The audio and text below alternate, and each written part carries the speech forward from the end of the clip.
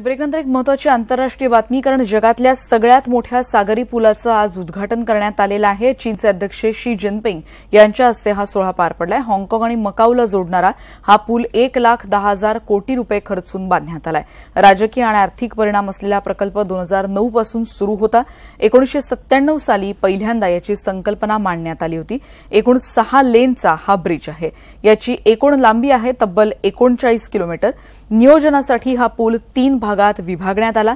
22.8 किलोमीटरचा समुद्रावरचा उन्नत मार्ग आणि 6.7 किलोमीटर लांबीचा समुद्राखालचा मार्ग आणि दोन्ही बाजूला शहराच्या मुख्य भागांना जोडणारा जोड रस्ता हा असा महत्वाकांक्षी प्रकल्प आहे।